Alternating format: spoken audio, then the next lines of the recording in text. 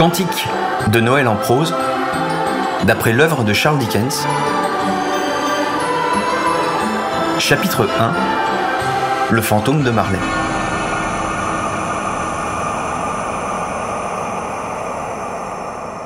Marley était mort depuis un certain temps. C'est Scrooge qui avait signé le contrat pour l'enterrement. Et Scrooge ne signait pas n'importe quoi. C'était un homme d'argent qui avait l'habitude des affaires. Scrooge et Marley avaient été partenaires depuis de nombreuses années. Ils avaient fondé ensemble la banque Scrooge et Marley, et d'ailleurs, Scrooge avait conservé le nom de Marley sur l'enseigne du bureau. Sacré Scrooge, une vraie pince. Le vieux banquier savait saisir les opportunités, tirer fort et surtout ne rien lâcher. Il était tranchant comme un couteau et renfermé comme une huître. Un air glacial se dégageait de toute sa vieille figure et du son grinçant de sa voix. Jamais personne ne l'arrêtait dans la rue pour le saluer d'un amical « Comment allez-vous, monsieur Scrooge ?» Les mendiants ne lui tendaient pas la main et aucun enfant n'osait s'approcher pour lui demander l'heure. Est-ce que Scrooge était malheureux de tout cela ? Oh, bien au contraire. Conserver l'humanité à bonne distance était un de ses rares petits plaisirs. La veille de Noël, le vieux Scrooge était assis à son bureau, surveillant son employé, Bob Cratchit, qui recopiait des lettres de relance. Le froid mordait et le brouillard entrait par le dessous des portes. Scrooge avait un très petit feu à côté de son bureau, pendant que Bob, emmitouflé dans son écharpe, essayait de se réchauffer à la lueur de sa bougie. « Un joyeux Noël, mon oncle !» C'était Fred, le neveu de Scrooge, qui était venu lui faire une surprise. Il avait marché dans le froid et le brouillard et souriait, le visage brillant comme une cerise. « Peuh, des foutaises !» répondit Scrooge. « Bah allons, mon oncle, venez dîner demain chez nous. »« Mon neveu, mais pourquoi dépenser votre argent dans des fêtes qui coûtent cher ? Mais vous êtes déjà bien assez pauvre. Fêtez Noël si vous voulez, ça vous regarde, et laissez-moi le fêter à ma façon. »« Mais voyons, mon oncle, je ne vous demande rien. Soyons simplement amis et vive Noël !» En entendant ça, Bob applaudit spontanément. « Que j'entende encore un bruit de votre côté !» menaça Scrooge. « Et vous fêterez Noël en perdant votre travail. » « Ah, ne soyez pas fâché, mon oncle. Je suis profondément désolé de vous voir si dur. Mais je vous souhaite tout de même un joyeux Noël, mon oncle, et la bonne année. »« Oui, c'est ça. Et bonsoir. » Et Scrooge lui tourna le dos. En partant, Fred présenta ses vœux à Bob, qui se leva pour le raccompagner à la porte. Quand il revint dans le bureau, il était accompagné de deux messieurs souriants. « Salutations, monsieur Scrooge !» dit l'un d'eux. « En cette joyeuse époque de l'année, nous récoltons de l'argent pour donner à manger aux pauvres. L'hiver est une saison difficile, vous savez. Pour combien souhaitez-vous participer ? » ?»« Mais zéro ! Mais n'y a-t-il pas des centres d'accueil ou des prisons pour ces gens-là ? » ?»« Mais si, bien sûr, mais beaucoup ne trouvent pas de place et d'autres préféreraient mourir que d'y aller. »« Mais s'ils préfèrent mourir, tant mieux ! Grand bien leur face. Comme ça, il y en aura moins. » Comprenant que ça ne servait à rien d'insister, les deux messieurs repartirent, et Scrooge, très content de lui, se remit à son travail. À la fin de la journée, Scrooge dit à son employé « Hey, j'imagine que vous allez me réclamer un congé de Noël pour demain. Mais par contre, je vous préviens, soyez là après-demain dès l'ouverture du bureau. » Bob promit, rangea le bureau en un éclair, et courut vers sa maison, aussi vite qu'il le put. Scrooge prit son triste dîner dans un triste café où il mangeait d'habitude. Après s'être amusé en relisant ses livres de contes, il rentra chez lui se coucher. Il habitait un des appartements de son ancien partenaire, Marley. C'était une suite de chambres sombres, située dans un vieux bâtiment, au bout d'une petite rue, où il n'y avait que des bureaux et des magasins. Personne ne vivait ici, à part lui. Il est important de préciser que la poignée de la porte d'entrée de chez Scrooge n'avait rien de spécial. Elle était ronde, en métal, tout ce qu'il y a de plus normal. Scrooge l'avait toujours vu comme une simple poignée depuis qu'il habitait ici. Pourtant, cette fois, sans aucune raison, quand il mit la clé dans la serrure, la poignée se transforma et apparut la figure de Marley. La tête était suspendue dans les airs, entourée d'une lumière de fantôme. Elle regardait Scrooge sans méchanceté, ses cheveux flottant étrangement, comme remués par un courant d'air. Et à peine Scrooge eut le temps de la voir, qu'elle avait déjà disparu. Scrooge n'était pas peureux, mais en rentrant, il regarda quand même derrière lui. Et comme il n'y avait rien, il grogna et claqua la porte. Il vérifia toutes les pièces de son appartement pour être bien sûr que tout était normal. Puis, rassuré, il s'enferma à double tour, ce qui n'était pourtant pas son habitude. Enfin en sécurité, il retira sa cravate, enfila sa robe de chambre et son bonnet de nuit. « Hé, foutaise !» dit Scrooge. Puis il s'installa devant le feu. Allongé dans son fauteuil, ses yeux s'arrêtèrent par hasard sur une vieille clochette cassée qui servait autrefois à appeler le dernier étage. Alors qu'elle n'avait pas fonctionné depuis des décennies, cette clochette se mit soudain à se balancer, doucement et silencieusement d'abord, mais bientôt elle se mit à résonner très fort, et progressivement toutes les autres clochettes de la maison sonnèrent en même temps. Le vacarme dura 1 minute qui parut interminable à Scrooge, et d'un coup, toutes les clochettes s'arrêtèrent net. Alors, on entendit un grondement de métal venant de la cave, comme si quelqu'un traînait une grosse chaîne sur le plancher. La porte d'en bas s'ouvrit avec un horrible fracas, puis le bruit monta l'escalier et s'approcha de la porte. « Mais foutaise encore que tout cela, mais non, je ne veux pas y croire !» Mais Scrooge devint tout pâle quand il vit la chose traverser sa porte et entrer dans sa chambre. C'était la même tête. Marley, habillé des vêtements qu'il portait autrefois. Son corps était transparent et il avait à la taille une grosse chaîne accrochée de coffres-forts, de clés, de cadenas, de livres et de gros portefeuilles de métal. « Mais qui vous a permis d'entrer? Qui êtes-vous » demanda Scrooge de son habituelle voix désagréable. « Demande plutôt qui j'étais. Avant, j'étais ton partenaire Jacob Marley. Bah, tu n'as pas l'air d'y croire. Pourquoi refuses-tu ce que voient tes yeux ?»« Mais parce que je dois être malade, j'ai peut-être trop mangé. » Alors, le fantôme poussa un cri déchirant et secoua ses chaînes en faisant un bruit terrible. Enfin, il retira le pansement jauni qui entourait sa tête et sa mâchoire retomba contre son torse dans un sourire de mort. « Mais pitié, maudit fantôme! Et pourquoi venir me faire peur ?»« Parce que c'est la punition de tout homme dont l'âme est restée enfermée alors qu'il était vivant. Il est condamné à revenir après la mort et à devenir le spectateur triste et silencieux de toutes les choses heureuses qu'il n'a pas su vivre quand il était sur terre. »« Mais pourquoi êtes-vous attaché ?»« Je porte la chaîne que je me suis fabriquée quand j'étais encore vivant. J'ai accroché chaque anneau, j'ai soudé chaque maillon, verrouillé chaque cadenas. Et c'est moi qui m'y suis lié pour l'éternité. Tu trouves ça étrange, Scrooge? Tu ne te demandes pas combien pèse ta propre chaîne?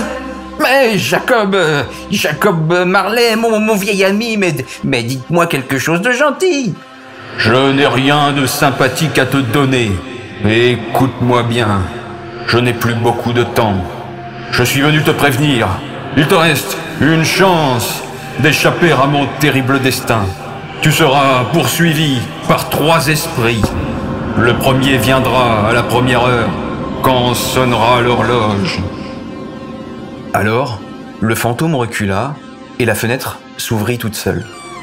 Dehors, dans la nuit, une foule de spectres flottait çà et là et tournait au hasard en poussant de profonds gémissements. « Adieu, Scrooge, je vais disparaître. N'oublie pas notre rencontre !» Et le fantôme disparut. Scrooge se retrouva devant la fenêtre ouverte, dans l'air froid. Il voulut crier foutaise, mais il n'en avait plus la force. Il alla directement se coucher.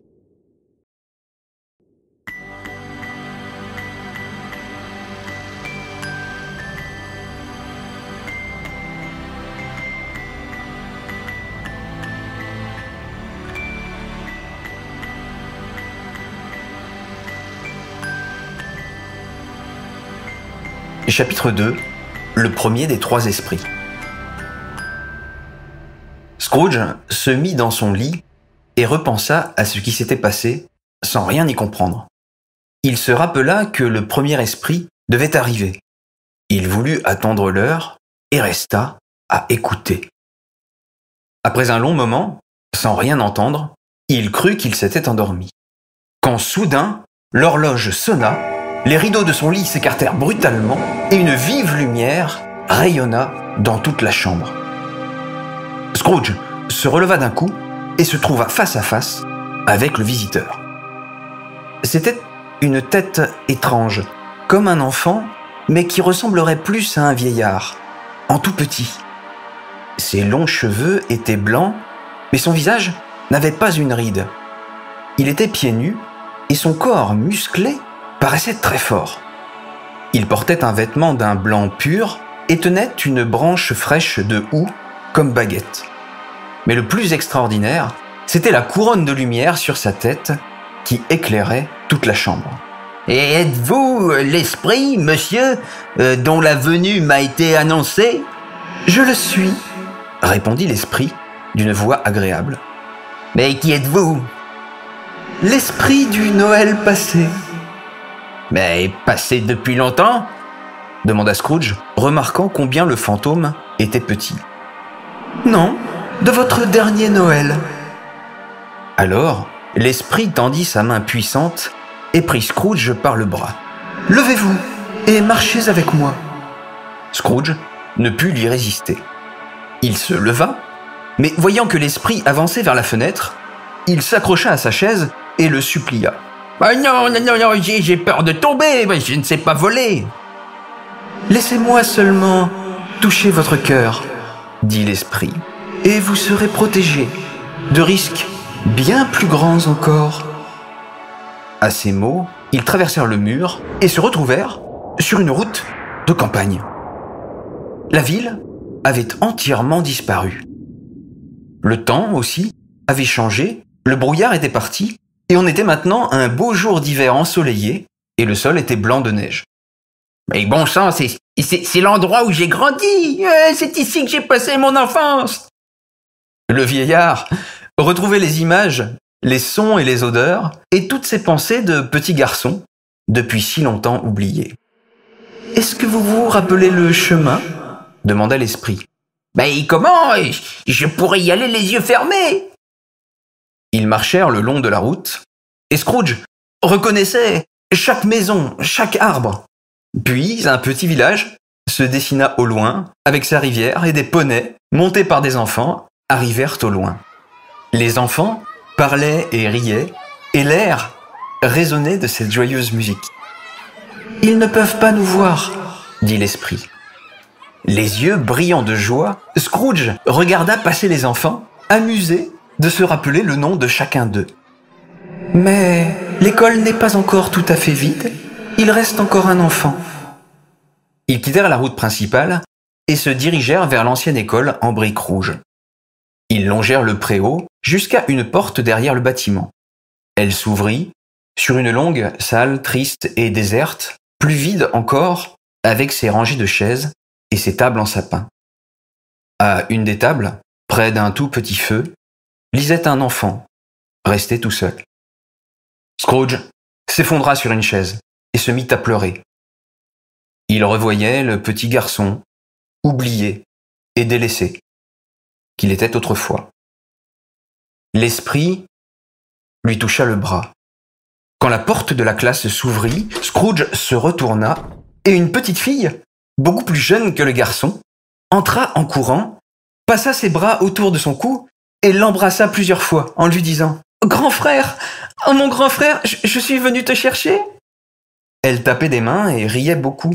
« Nous rentrons à la maison !» Papa est devenu si gentil par rapport à avant. Il a réservé une voiture pour que je vienne te chercher. Et nous serons ensemble pour Noël. Et nous allons passer le meilleur Noël du monde. » On mit la valise du jeune Scrooge dans le coffre de la voiture et les enfants dirent adieu au gardien de la pension. La voiture démarra, projetant des vagues blanches de neige sur les feuilles sombres des buissons de l'école. « Une petite fille, si délicate qu'un simple souffle aurait pu faire tomber, » dit le fantôme. « Et pourtant, un si grand cœur. Elle est morte en laissant des enfants, je crois. » « Un enfant, » répondit Scrooge. « C'est vrai, votre neveu. » Scrooge parut mal à l'aise et répondit juste « Ah oui, c'est vrai. » Quand ils quittèrent la pension, ils se retrouvèrent projetés dans la rue animée d'une grande ville. Le fantôme s'arrêta devant la vitrine d'un certain commerce. Un vieux monsieur, avec une coiffure formidable, était assis derrière un bureau qui s'élevait jusqu'au plafond. « Mais je le reconnais !»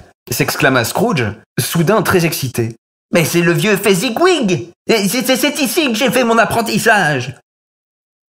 Un jeune Scrooge, devenu adolescent, et son camarade entrèrent alors dans la boutique. « Allons, allons, mes enfants !» s'écria M. Fezziwig. « Plus de travail pour ce soir, c'est la veille de Noël. Allons vite, fermons les volets. » En 1 minute, on ferma la boutique et tout fut dégagé. Le plancher balayé et le magasin devint une parfaite salle de fête pour une soirée d'hiver. Alors, un musicien grimpa en haut du grand bureau et commença à jouer très fort. Puis entra Madame Fezziwig, accompagnée de ses 3 filles, belles et adorables, suivies des 3 garçons amoureux dont elle s'amusait à briser les cœurs. Enfin, tous les jeunes hommes et les jeunes femmes employés dans la maison arrivèrent pour participer à la fête. On dansa et on joua ensemble. Puis on servit un énorme rôti, un gâteau de Noël aux amandes et la limonade coula à flot. Mais le grand moment de la soirée fut quand le musicien commença à jouer une musique traditionnelle que tout le monde connaissait par cœur. Alors, le vieux Fezziwig entraîna sa femme dans une danse folle à laquelle se joignirent tous les autres couples. Quand l'horloge sonna 11 heures, la fête prit fin. Monsieur et Madame Fezziwig allèrent se placer de chaque côté de la porte pour dire au revoir et souhaiter à chaque invité un joyeux Noël. Durant tout ce temps, Scrooge s'était comporté comme s'il n'était plus lui-même. Son âme et son cœur s'étaient mêlés à la fête. Lorsqu'il revint à lui, il ressentit la présence de l'esprit qui l'observait avec beaucoup d'attention. « Il y a quelque chose ?» demanda l'esprit avec bienveillance.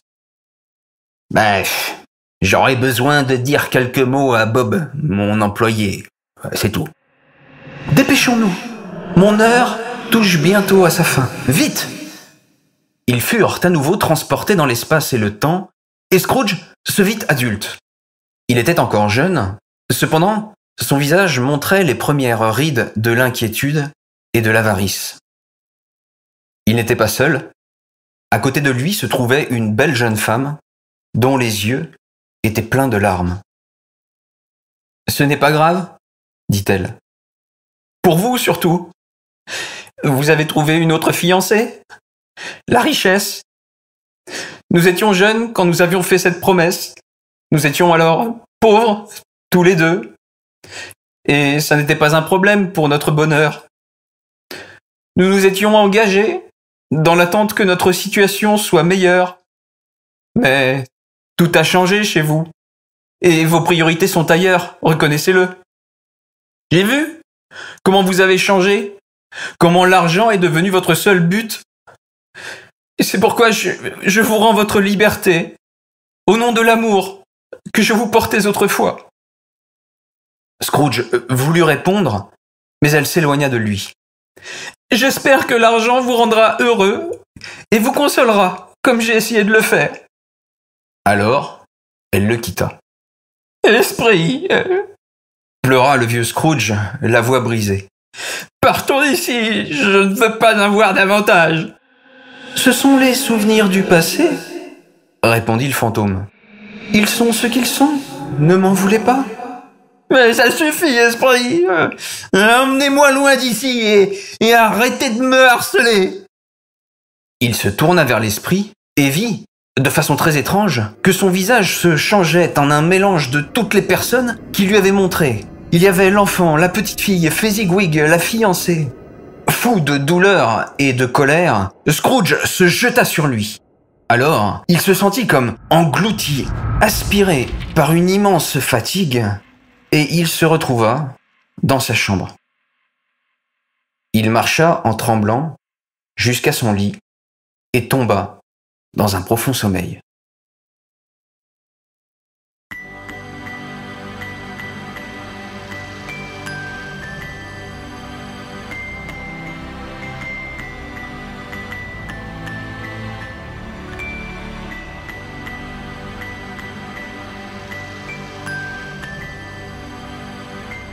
Chapitre 3.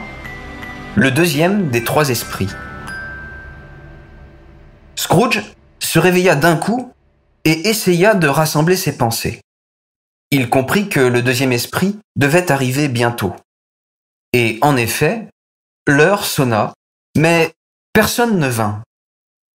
C'est alors qu'il remarqua une étrange lumière orange qui semblait venir du salon d'à côté. Il se leva, sans faire de bruit, mit ses chaussons et avança vers la porte. Une voix étrange l'appela par son nom et lui ordonna d'entrer. Il vit que son salon avait été transformé. Murs et plafonds étaient décorés de grosses guirlandes de feuilles vertes, de houx et de lierre, avec de petits fruits rouges, comme si c'était de vrais buissons. Et dans la cheminée de pierre, habituellement triste et froide, ronflait maintenant un feu superbe. Sur le sol, empilés en une immense montagne, des dindes, des rôtis, des jambons, des saucisses, des tartes aux fruits et des gâteaux au chocolat, des pommes brillantes, des oranges juteuses, des marrons grillés et des bols de thé bouillant qui embrumaient l'air de leur vapeur délicieuse. Et, au sommet de tous ces plats formidables, s'étalait un bon gros géant souriant. Il tenait une baguette lumineuse qu'il leva pour éclairer Scrooge au moment où il entra. « Je suis l'esprit du Noël présent. Regarde-moi » L'esprit était vêtu d'une robe vert foncé avec de la fourrure blanche. Sa tête était coiffée d'une couronne de houx décorée de petits glaçons scintillants. Les boucles de ses cheveux étaient souples et son visage souriant. « Esprit !» dit respectueusement Scrooge. « Conduisez-moi où vous voudrez. »« Alors touche ma robe !» dit l'esprit. Scrooge saisit la robe et tout le salon fut aspiré. Ils atterrirent dans une rue de la ville le matin de Noël. On entendit les cloches et de partout, les gens remplirent les rues, habillés de leurs plus beaux vêtements. Le fantôme, bien que très grand, se déplaçait avec finesse et arrivait toujours à s'installer confortablement, quel que soit l'endroit où il se trouvait. Il conservait son élégance, même dans les pièces étroites. Peut-être était-ce sa nature généreuse envers les pauvres qui conduisirent l'esprit chez le jeune employé Bob, avec Scrooge toujours accroché derrière sa robe. Devant la porte, l'esprit fit un cercle avec sa baguette pour enchanter la maison de Bob. Une pluie d'étincelles scintillantes illumina la porte. « Est-ce que votre baguette a un pouvoir particulier ?» demanda Scrooge. « En effet !» répondit l'esprit. « Et est-ce que ce pouvoir peut se transmettre à toute chose ?»« À tout ce qui est donné avec gentillesse, aux pauvres surtout. »« Mais pourquoi surtout aux pauvres ?»« Parce que c'est eux qui en ont le plus besoin. » Par la fenêtre, Madame Cratchit, la femme de Bob, habillée d'une pauvre robe toute décorée de rubans, mettait la table, aidée de sa fille Belinda. C'est alors que deux autres petits-enfants, un garçon et une fille, arrivèrent en courant. Ils avaient senti la bonne odeur du poulet rôti en passant devant chez le boulanger. Ils dansaient autour de la table en pensant à la délicieuse sauce aux oignons. Et ils encourageaient leur grand frère, Pierre, qui soufflait sur le feu pour cuire les pommes de terre. « Maman, maman, voilà Martha !» crièrent les deux petits enfants. « Ah, ma chérie, enfin te voilà !» Et la mère se précipita pour embrasser sa fille et la débarrasser de son manteau. Enfin, entrèrent Bob, le papa, dans ses vieux vêtements usés et recousus qu'il avait soigneusement brossés pour la fête, avec, sur son épaule, le petit Tim. Les jambes de Tiny Tim étaient tenues par des tiges de métal. Il était difficile pour lui de marcher et il ne pouvait pas se déplacer sans sa petite béquille. « Comment ça s'est passé avec Tim ?» demanda maman. « Ah, il a été sage comme une image. Il a dû rester assis tout seul pendant longtemps, ce n'est pas facile. Mais il observe les autres et il pense beaucoup. Lorsque nous rentrions, il me disait que Noël le rendait vraiment heureux et que, même s'il ne pouvait pas marcher, cette fête lui donnait de la joie. » La voix de Bob tremblait d'émotion et elle trembla encore plus fort quand il ajouta que le petit Tim devenait chaque jour plus grand et plus fort. On entendit la petite béquille claquer sur le plancher et Tiny Tim alla s'installer près du feu avec ses frères et sœurs. De son côté, Bob releva ses manches usées et prépara un thé avec du genièvre et des citrons qu'il mit à chauffer sur le feu. Alors, Pierre et les deux petits Cratchit partirent chez le boulanger. Quand ils revinrent, ce fut en grande cérémonie. Ils portaient le plat en triomphe, comme en fanfare, le poulet rôti tout doré et fumant au-dessus de leur tête. En observant l'excitation des enfants autour de ce poulet, on comprenait combien les bons repas étaient rares chez cette famille. On n'avait jamais vu un si beau poulet. Cette viande, si délicieuse, sa taille, incroyable, et la bonne affaire qu'on avait faite en l'achetant. Tous étaient d'accord et chacun ajoutait son compliment. On mangea tant et si bien que tout le monde eut le ventre plein et les enfants terminèrent le dîner avec de la sauce aux oignons plein la figure. Alors, la maman se leva et les enfants changèrent les assiettes. Lorsqu'elle revint de la cuisine, elle portait une immense coupe de sirop flambé où dépassait un magnifique gâteau, tout rond et décoré partout de fruits confits. Quel fantastique gâteau! Bob n'en avait pas vu de plus beau depuis leur mariage. Le repas terminé, on posa des pommes et des oranges sur la table et Pierre mit une grosse poignée de marrons à griller sur le feu. Bob sortit les plus beaux verres pour servir le thé au citron et au genièvre. Alors, toute la famille se rassembla autour de la cheminée et Bob leva son verre. « Je vous souhaite un joyeux Noël, mes chéris. Que ce Noël soit le plus magique. » Et toute la famille répéta ces mots d'une seule voix. « Et que son étoile brille dans le cœur de chacun, » dit Tiny Tim pour finir.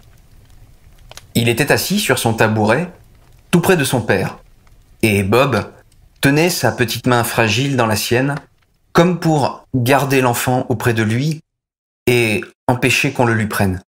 « Esprit, est-ce que le petit Tim va survivre ?» demanda Scrooge, bouleversé par ce qu'il venait de voir. « Je vois dans le futur un petit tabouret vide près de la cheminée et une petite béquille inutile qu'on garde précieusement, » répondit le fantôme. « Si le troisième esprit ne change rien à ces images, l'enfant mourra. »« Ah non, ah non !» dit Scrooge. « Ah non, non, bon esprit, mais dites-moi qu'il ne mourra pas. » « Si le dernier esprit ne change rien à ces images, ainsi sera l'avenir. Mais après tout, s'il meurt comme ça, il y en aura moins. » Lorsqu'il entendit l'esprit répéter exactement ces mots à lui, Scrooge fut pris de honte et baissa les yeux. Pendant ce temps, la famille partageait les fruits, les marrons et se resservait du thé.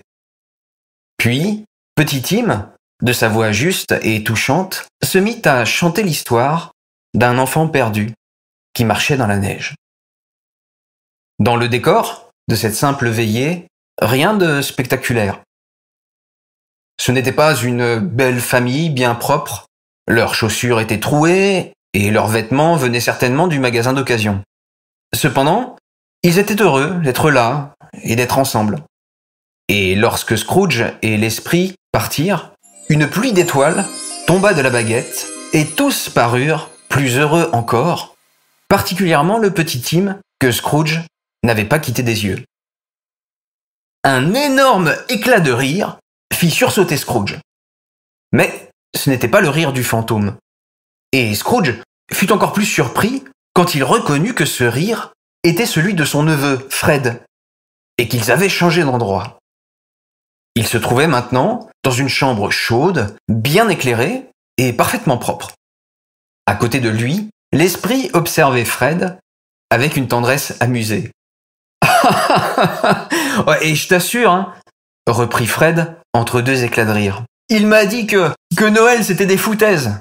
Ah, et il le pensait, hein.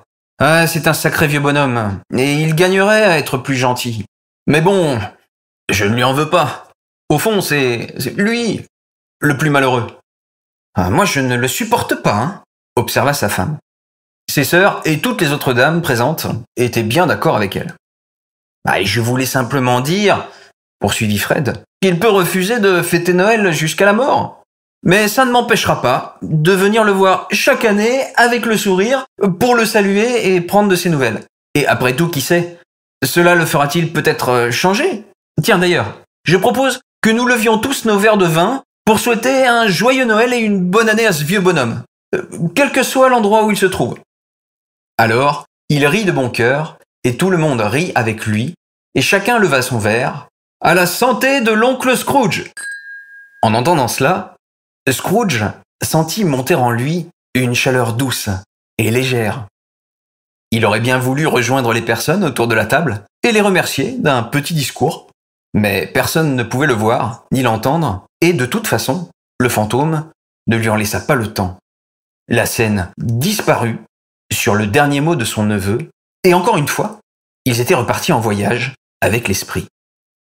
Ils allèrent dans de nombreuses maisons et rendirent visite à beaucoup de personnes.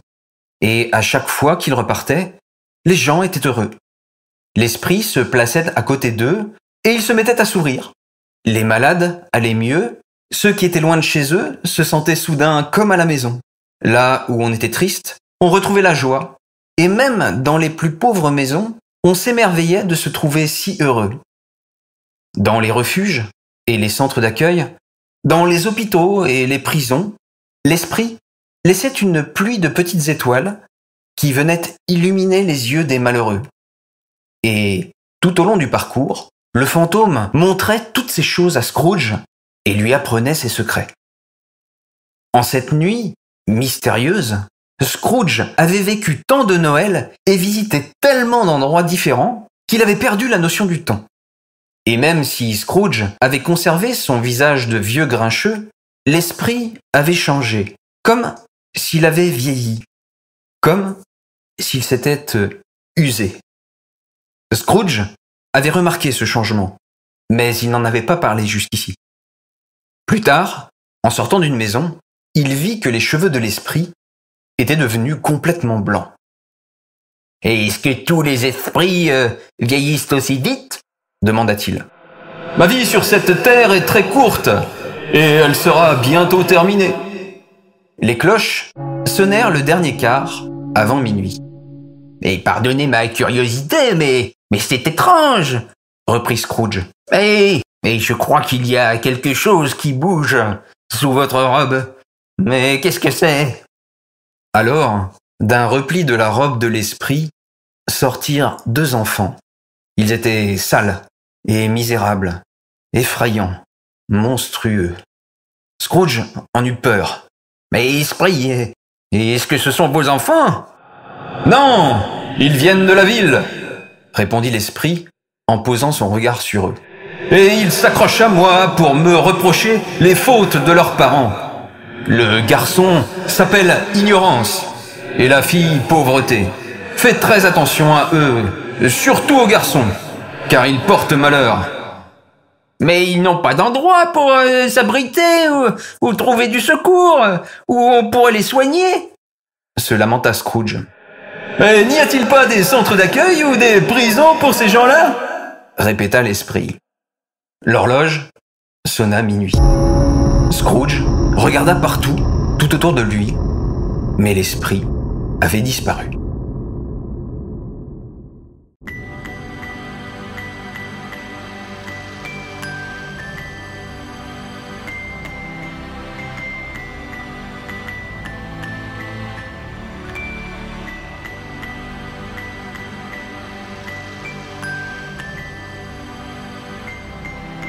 Chapitre 4. Le dernier des esprits. Au dernier coup de la cloche, Scrooge se rappela ce que lui avait dit le fantôme de Marley.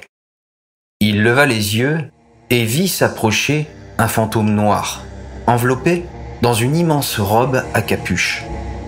L'esprit glissait comme un voile de brouillard. Sa longue robe noire le cachait tout entier, masquait sa tête, son visage, la forme de son corps. Seule en ressortait une unique main blanche qu'il tenait étendue devant lui. Sans cette main, il aurait été presque impossible de le voir au milieu des ombres de la nuit.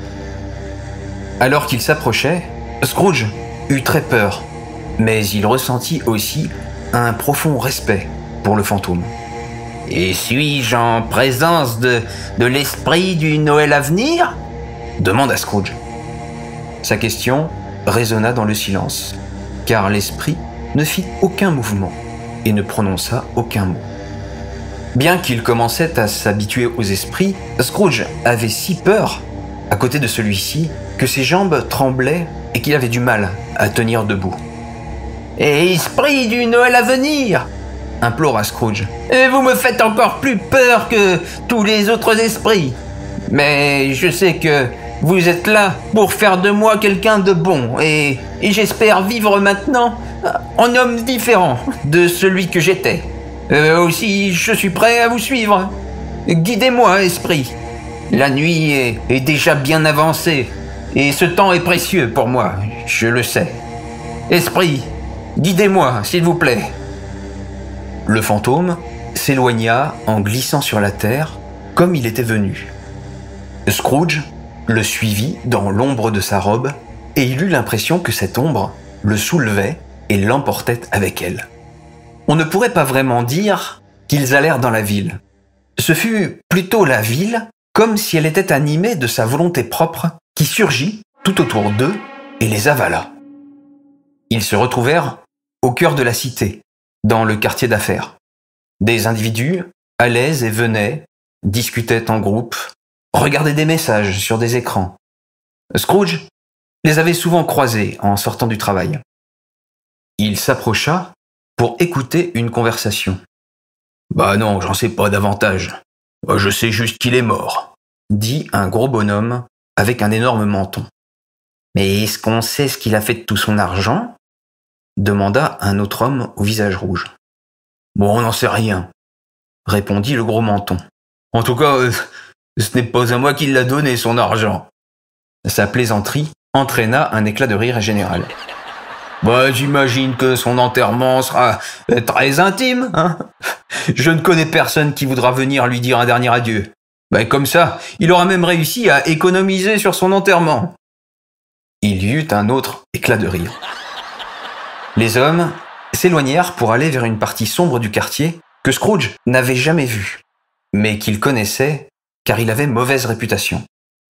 Les rues étaient sales et encombrées. Des gens marchaient pieds nus, les vêtements déchirés. Tout le quartier respirait le crime, l'ordure, la misère. Au loin, on voyait une boutique qui mordait sur le trottoir et où l'on rachetait les vieux objets, les métaux et les restes de nourriture. À l'intérieur, Joe, un vieux brigand, dirigeait le trafic de toutes ces marchandises. L'esprit s'avança, suivi de Scrooge.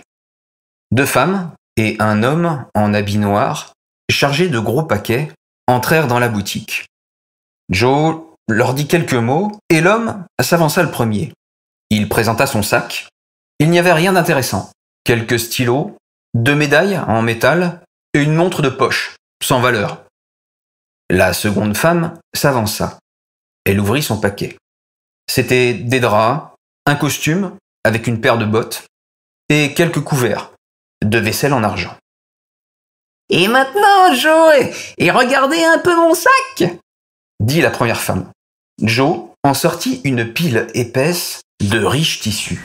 « Mais ça alors, mais ce sont des rideaux de lit !» s'écria Joe. « Oui, ceux-ci sont en velours, très épais et bien chauds. Ça vaut une fortune. Vous n'allez pas me dire que vous avez osé les prendre avec tous les anneaux à décrocher, alors que le corps était encore dans le lit ?» « Et bien sûr que si !» répondit la femme. « Et pourquoi pas ? Mais s'il tenait tant à ses rideaux, et le vieux n'avait qu'à prévenir quelqu'un pour venir le veiller le jour de sa mort. Mais au lieu de ça, il a préféré se laisser crever tout seul, comme un chien. » Scrooge les écoutait parler. Et c'était comme s'il observait une bande de vautours affamés en train de se déchirer le corps d'une charogne. « Esprit !» dit Scrooge, tremblant de la tête aux pieds. « Mais je comprends. Je comprends que je risque de finir ma vie comme ce malheureux. Mais bon sang, mais qu'est-ce que t'es ?» Il recula d'un coup, très surpris, car la scène avait changé. Il était debout contre un lit froid et sans rideau, dans lequel reposait un corps silencieux, recouvert d'un drap déchiré. Une triste lumière, venant du dehors, éclairait directement le lit où reposait ce pauvre homme, volé, abandonné, que personne ne pleurait, que personne n'aimait. « Esprit, mais c'est trop affreux! Mais je n'oublierai jamais l'image de cet homme seul! J'ai compris la leçon, croyez-moi! Partons d'ici, je vous en prie !» L'esprit emmena Scrooge par plusieurs rues. Et Scrooge reconnut la maison de Bob, la même qu'il avait visitée quelques heures avant. Tout était calme, très calme. Les petits-enfants, d'habitude agités, étaient assis dans un coin, aussi immobiles que des statues. Pierre tenait un livre ouvert. Devant lui, toute la famille était silencieuse. La mère posa sur la table le tissu qu'elle était en train de recoudre. « Votre père sera bientôt à la maison. Il ne devrait plus tarder. »« L'heure est déjà passée, dit Pierre, en fermant le livre. Maman, je trouve qu'il marche plus lentement qu'avant, ces derniers jours. » Il y eut un long moment de silence. Puis la mère essaya de prendre une voix légère et joyeuse. Autrefois, il pouvait aller très vite quand il marchait.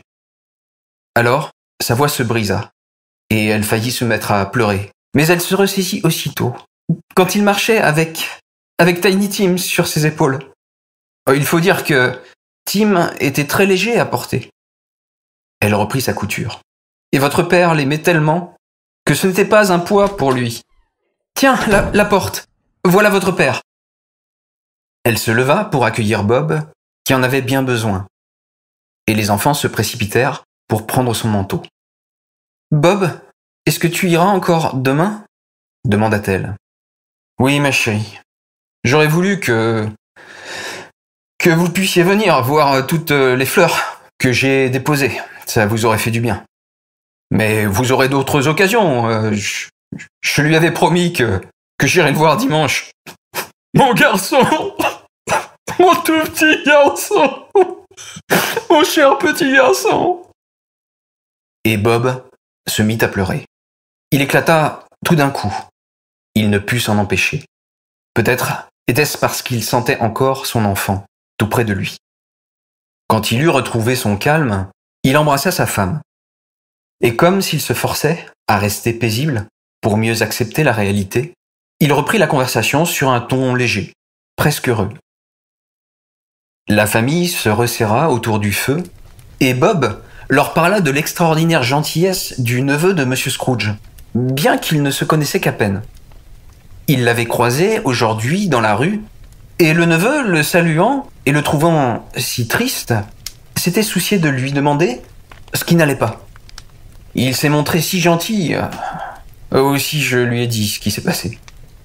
Il m'a répondu qu'il avait de la peine pour notre famille. Et pour votre courageuse femme, il a ajouté. Et il m'a dit que s'il peut nous aider d'une façon ou d'une autre, de lui demander, et il le fera.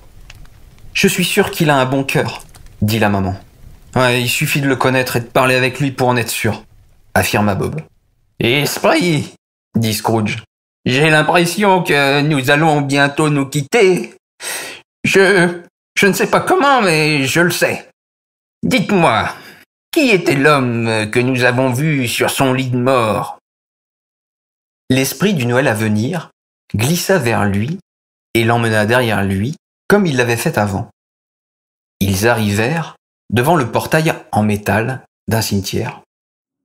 Ici, sous la terre froide, reposait le pauvre homme qu'il avait vu plus tôt, et dont il allait apprendre le nom.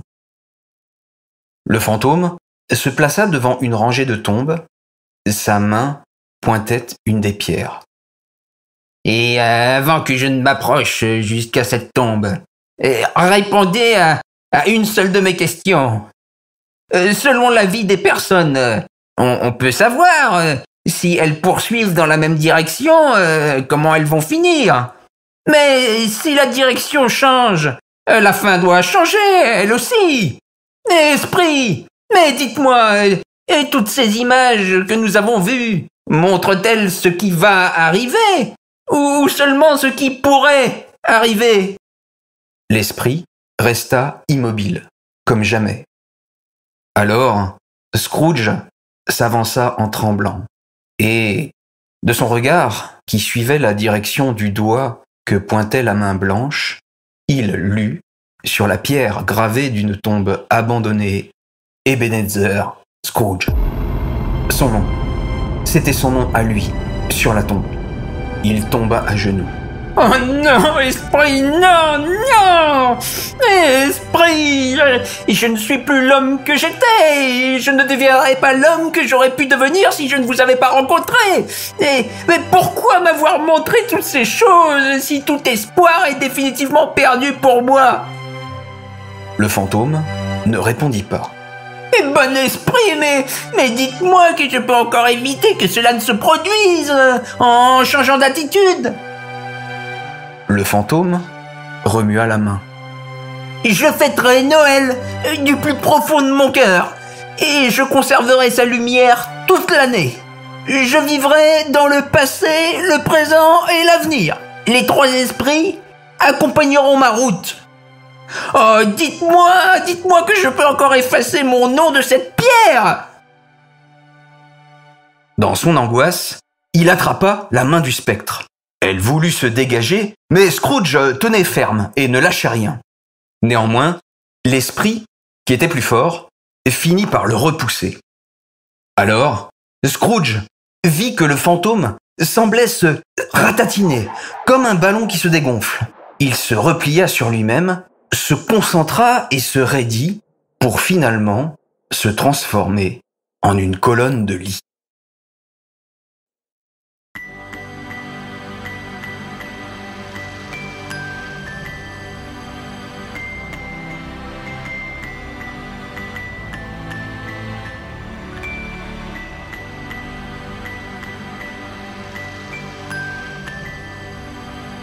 Chapitre 5. La conclusion. Eh oui. Et cette colonne était celle de son lit, qui se trouvait dans sa propre chambre. Et le meilleur dans tout cela, c'est qu'il avait le temps. Il avait le temps devant lui pour changer d'attitude et transformer le cours de sa vie. Et je vivrai dans le passé, le présent et l'avenir, se répéta Scrooge en se levant de son lit. Les trois esprits accompagneront ma route. Oh, Jacob Marley, mon vieux camarade. Mais je te le déclare à genoux, tu entends, mon vieux Jacob? À genoux! Vive Noël! Il était si bouleversé par son changement qu'il pleurait en même temps qu'il parlait. La lutte avec l'esprit l'avait secoué et son visage était trempé de sueur et de larmes. Il courut vers la fenêtre, l'ouvrit et passa la tête au dehors. Plus de brouillard. Un froid vif qui vous réveille, un soleil d'or, un ciel dégagé, et au loin sonnaient les cloches. Tout était si beau, si superbe. Et quel jour sommes-nous? Cria Scrooge, interpellant par la fenêtre un enfant qui passait en dessous. Hé, jeune homme, et peux-tu me dire quel jour nous sommes? Aujourd'hui, répondit le garçon. C'est le jour de Noël. On est le jour de Noël? Se dit Scrooge pour lui-même. Mais il est encore temps. Oh, les esprits ont réussi tout ça en une seule nuit. Oh là, mon garçon! Et dis-moi, est-ce que tu vois le marchand de poulet au coin de la 2e rue? Ah oui, bien sûr. Excellent! Et est-ce que tu sais si la magnifique dinde qui était en vitrine est toujours là? Tu sais, la très très grosse. Vous voulez dire celle qui était aussi grosse que moi? Répondit le garçon. Et c'est exactement ça, mon garçon. Oui, je l'ai vue en passant, elle est toujours dans la vitrine. Fantastique! Eh bien, cours chez le marchand et achète cette dinde. Tu lui diras de la porter ici. Je lui indiquerai l'endroit où la livrer. Et si tu reviens avec le marchand, je te donnerai une pièce d'argent. Et si tu reviens en moins de 5 minutes, je te donnerai une pièce d'or. À peine eut-il dit ces mots que le garçon partit en courant comme une flèche. Je vais la faire livrer chez Bob. Il ne devinera pas que c'est moi qui lui envoie cette énorme dinde. Il descendit pour ouvrir la porte qui donnait sur la rue, et le marchand arriva. Scrooge sourit en récompensant le petit garçon qui avait été le chercher. Il sourit davantage encore au moment de payer la dinde. Et lorsqu'il rentra chez lui, essoufflé, pour s'asseoir dans son fauteuil, il fut pris d'un interminable fou rire. Il mit ses plus beaux vêtements et descendit marcher dans la rue. Dehors, la foule se pressait, les personnes terminaient leur dernière course de fête. Scrooge souriait au milieu de cette joyeuse agitation. Il avait l'air tellement sympathique qu'un groupe de joyeux camarades s'arrêta pour le saluer. « Eh bien le bonjour, grand-père! Et joyeux Noël à vous !» Et Scrooge, longtemps après, parmi toutes les choses agréables qu'il avait entendues, repensait souvent à ces mots pleins de gentillesse et de bonne humeur. Scrooge parcourut les rues de la ville. Il regarda les personnes qui se promenaient, se dépêchaient. Il croisa des enfants, caressa un chat, s'arrêta pour parler avec des personnes qu'il ne connaissait pas. Et tout cela le rendait heureux. Jamais il n'aurait cru qu'une simple promenade puisse lui donner autant de plaisir. Quand ce fut l'après-midi, il alla vers la maison de son neveu. À la fin d'un long moment d'hésitation, il prit son courage et sonna à la porte. Il tourna doucement la poignée et passa sa tête dans l'ouverture. Son neveu et sa femme mettaient les derniers préparatifs. La table était splendide et montrait combien c'était important pour Fred de faire plaisir à ses invités. Bonjour, Fred! Ça par exemple, non, je suis en train de rêver là. C'est notre oncle Scrooge. Est-ce que je peux me joindre à vous, Fred? S'il pouvait se joindre à eux, mais Fred était déjà en train de le tirer par le bras pour l'inviter à entrer et à s'asseoir. Et en 5 minutes, il était à table, assis confortablement parmi les autres invités, comme s'il était chez lui. La fête de Fred était une parfaite réussite. Il y eut beaucoup de surprises, de jeux, beaucoup de rires. Au lendemain matin de cette soirée, Scrooge voulut être très tôt à son bureau pour arriver le premier et surprendre Bob en retard. Il ne voulait manquer cela pour rien au monde. Et en effet, Bob arriva bien après que la cloche eut sonné 9 heures, avec 18 minutes de retard. « Alors !» grogna Scrooge, en essayant de prendre la voix qu'il avait habituellement lorsqu'il faisait des reproches à son employé. « Mais qu'est-ce que ça veut dire d'arriver à cette heure-là ?»« Hop, pardon monsieur, oh ce n'est qu'une fois par an !» implora Bob. Cela ne se reproduira plus, je me suis couché un peu tard la nuit dernière. »« Mais vous savez quoi, Bob ? Mais je vais effectivement faire en sorte que cela ne se reproduise plus !» Et il lui donna une telle tape dans l'épaule que Bob faillit tomber. « Et c'est pour cette raison que j'ai décidé d'augmenter votre salaire. » Le pauvre Bob tremblait de partout et courait déjà à la porte pour appeler à l'aide et pour calmer la colère de son patron. « Je vous souhaite un joyeux Noël, Bob !» dit Scrooge, soudain redevenu très sérieux, et il lui tapota gentiment l'épaule. « Et je vous souhaite un Noël plus joyeux encore, Bob, mon cher camarade, avec qui je travaille depuis tant d'années et que je n'ai jamais récompensé. Déjà, je vais augmenter votre salaire. Ensuite, nous verrons comment améliorer votre vie et celle de votre nombreuse famille. Mais d'abord, vous allez nous allumer les 2 cheminées du bureau et nous acheter un nouveau seau de charbon pour qu'on ait bien chaud.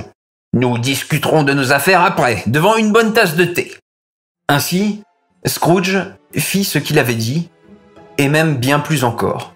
Tiny Tim retrouva la santé, et Scrooge fut pour lui comme un grand-père. Scrooge devint un ami chaleureux, un patron juste et un homme bon aux yeux de chacun. Bien sûr, son changement surprit et fit rire certains, mais lui ne s'en occupait pas. Il était heureux et cela lui suffisait. Scrooge ne revit jamais les esprits, mais comme il l'avait promis, il vécut le reste de ses jours en conservant le souvenir de cette fantastique nuit de Noël au plus profond de son cœur. Si bien que jamais sa lumière ne s'éteignit.